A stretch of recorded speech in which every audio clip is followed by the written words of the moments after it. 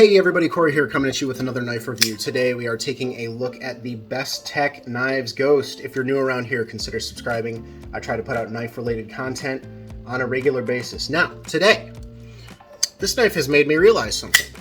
My reviews are a little bit shorter, and they're a whole lot easier when I actually like the knife. That's not to say that I can't find faults with a knife, but you know, I have no notes near me right now. This is just my experience with the knife, my experience carrying the knife, and I'm just going to talk to you about all the things that I like about it, all the things that I think it might be able to change. And I'm actually not going to do a tabletop review portion. I am so sorry. I think the B-roll footage should suffice, but we're just going to kind of blast through this because this one's really good and I like it. Let's start with some size comparisons. Here it is next to the Ontario Knives Rat 2.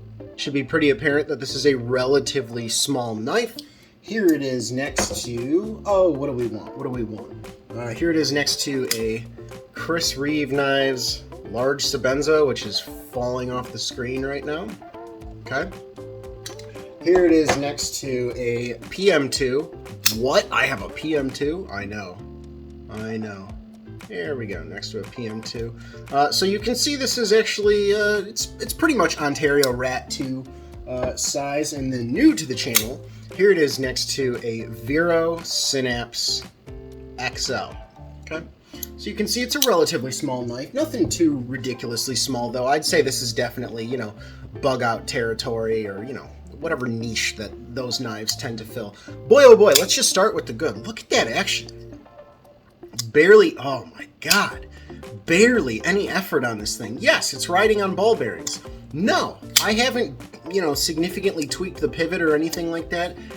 The action on this is absolutely awesome. 100% would recommend, and as a matter of fact, it actually works really well as a push button rather than as a light switcher. You can light switch it, but it actually feels really good when you push button it. And one of my favorite ways to open this knife is to reverse flip it with my thumb, just like that. So that's what I'll say about the action. Absolutely wonderful. And can we just respect for a second the fact that this knife is almost drop shut with a blade this small, a blade this thin. As a matter of fact, let's do this for the first time. Let's put some specs up on the screen over here, and I'll just talk like this for a little bit. Next thing I want to talk about, the ergos. I think you can see kind of the general shape of this knife, but what they ended up doing is you've got this like a nook, a little cranny, basically a ramp leading up to the spine of the blade. Oh my god, it's like it was made for a thumb. Go figure, right? This is one of the most comfortable knives I have ever held and ever used. And oh, by the way, on a knife this small, another interesting thing, boy, that's no sharpening choil. That's a finger choil. I mean, this knife can do it all. This knife is so wonderful.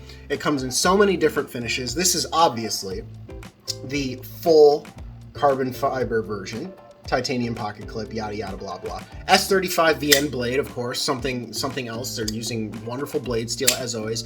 It comes in a full titanium version. It comes in a blackwash titanium version. It comes in a half carbon fiber, half blackwash titanium version. It comes with a satin blade version. Comes in pretty much any version you want. This is a really nice knife. The blade, not super thick. You've seen the specs. Look at the specs. Not super thick, and it has a relatively tall grind all the way up, and it comes to a relatively fine tip. Let's see. Well, you know, it doesn't show up too great on it's a thin little boy. So what are we looking at here? Great action, easy to fidget with, great ergos no matter how you want to hold it. A blade that's just very functional, very nice. Full forward finger choil, so you never have to think about that. Bestech fit and finish quality. Never had the blade come loose. Never had the pocket clip come loose. Oh, by the way, of course, centering is dead nuts because we're dealing with Bestech. Pocket clip. I don't necessarily have a problem with this pocket clip. The tension's a little low. I have actually dropped this knife before. I went to the local hardware store to get some paint. When I got home, I couldn't find this knife in my pocket, and it's actually clipped off the edge of the paint. That's one thing I'll say, that the tension could be a little bit higher on the pocket clip, because it does slip in and out of the pocket really easily. And for a knife that weighs so little, sometimes it just jumps out of your pocket and you don't know anything. You have no idea that you're missing a knife because this knife is so small and so awesome. Let's talk about some of the things that I think the knife could improve upon. The flipper tab. Check out that. You see that? No, you don't, because there's nothing to see, because there's no jimping on the top of the flipper tab. There's jimping on the back of the flipper tab, which can be used to help you push button it, but there's not jimping on the top. This is a relatively unobtrusive flipper tab. It's relatively small, but because of that, sometimes, let's do this, sometimes it can be a little hard to get the purchase that you need. It's not the worst thing in the world, but I found that sometimes when I go to just quickly flip the knife, I miss it. I just slip off of it. I'm not a fan of not putting jimping on flipper tabs because I just feel like it's so useful. Again, the other thing, a little bit more spring tension on the pocket clip would be really great, since it seems to just want to fly out of my pocket.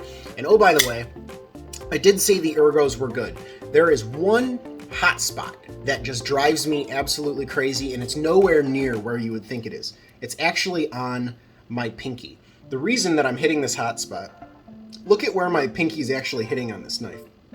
So it's hitting the top back corner. That's because this is a relatively small knife, and my hand essentially wraps all the way around it. The edge right there, look at that, man. The edge where this the spine, it's so sharp. The carbon fiber comes to such a fine edge right there in that corner. That's where my pinky's resting sometimes, and it's not there all the time. Like if I grab the knife like this, which is totally valid, then it doesn't happen. If I grab the knife like this and I try to get a larger, wider grip on it, that's when my pinky starts hitting that corner. But if I just kind of choke up on it like this, you can avoid it entirely. But it is something that I noticed. They've done awesome.